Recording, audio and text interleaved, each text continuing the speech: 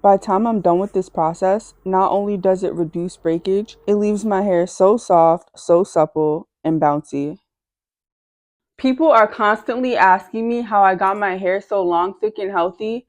I cannot emphasize enough the importance of detangling in my routine. I'll do you one better than that.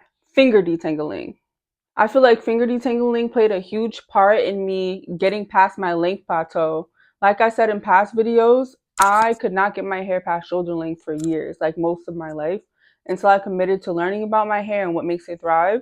Detangling accomplishes the same thing as combing or brushing your hair. It's just way more intentional and gentle. When it comes to length retention, we can make the mistake of thinking that products are the end all, but the way we manipulate our hair and maintain it is equally important. Finger detangling is that much more important for natural hair because our hair naturally shrinks up on itself. It's not like straight hair where you can use a comb or a brush and just have it all out in one, no sections, combing it, and just expect the shed hairs to hit the ground. The last thing you ever want to do to hair that naturally shrinks up on itself is ruin your curl pattern and break through your kinks and coils because the tools are too abrasive. I remember a time when I would have my hair all out in one, no sections at all whatsoever, just combing and brushing through it, watching all this breakage, all these little pieces of hair hitting the floor. And then I had the nerve to wonder why my hair wasn't growing. I would hear the snap, crackle, pop, and I kept going. And I know you know what I'm talking about when I say snap, crackle, pop. The way that I used to comb and brush my hair was so rough, and it's like I was cutting my hair with my comb and brush because I just wasn't retaining length. I was constantly breaking hair off as I was combing and brushing it. What I noticed is beneficial is to be gentle and use my fingers and work those tangles and those knots out of my hair, guide them out of my hair. Because they're not just going to fall to the floor if I comb them out. I'm going to be ripping my hair out. Finger detangling means I get to discover that knot and take my time to undo it and save myself so much length. So grab your snack, your drink, relax, sit back, and let's get into some of the important details of finger detangling. I always start the detangling process by sectioning my hair. Water is so important when it comes to manipulating kinky afro hair. It's the first step when it comes to moisturizing, but it also allows product to penetrate the hair even better. This is important since I'll be using a leave-in conditioner for extra slip and to help me get those knots and tangles out. As I'm rubbing the water into my hair section, I'm clearing my ends. Here, I'm focused on getting out unnecessary shed hairs. This moisturizes my hair, unlocks the section, and allows me to find knots and tangles better. Here's my favorite leave-in conditioner. When I say the slip is unrivaled, I mean it. The knots and tangles literally melt out of my hair when I use this product. I love it.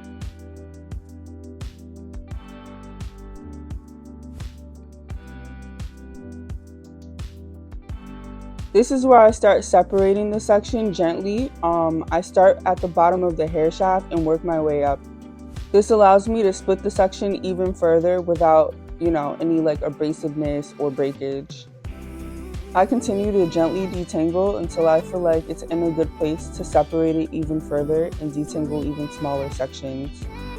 You'll learn that you can get in there even better and do a way more precise detangle treatment by doing smaller sections.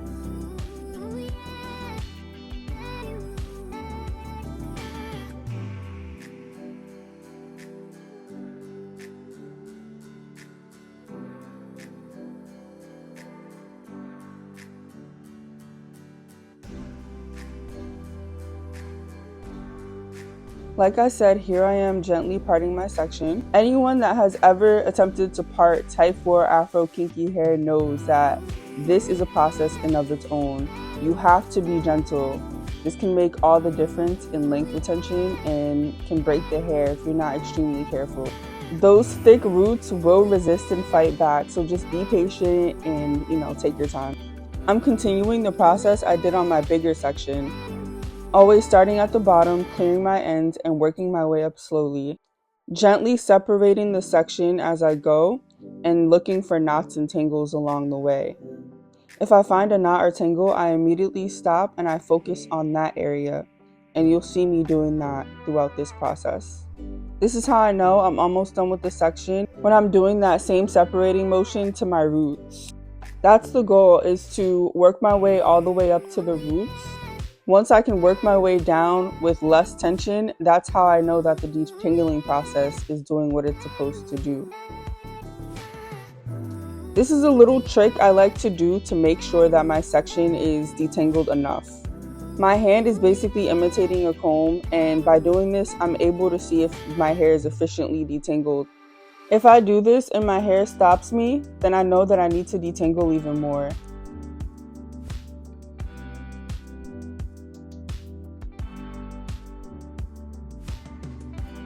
Since I'm washing my hair immediately after this detangle session, I'm also doing a pre-poo, so I'm adding oil to every single section so that oil can sit there and penetrate into my hair, providing slip, nutrients, and more benefits before I wash my hair. Last but not least, I twist the section so that it can lock in that moisture and overall just prevent any unnecessary shrinkage, knots, or tangles and keep my section detangled. I continue this process section by section until my entire head is done. The hair is soft, supple, bouncy, and ready to be washed.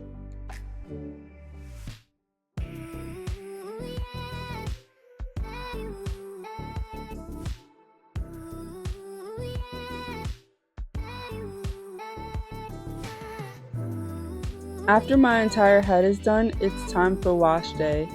I linked my wash day video above so you can check it out after this video.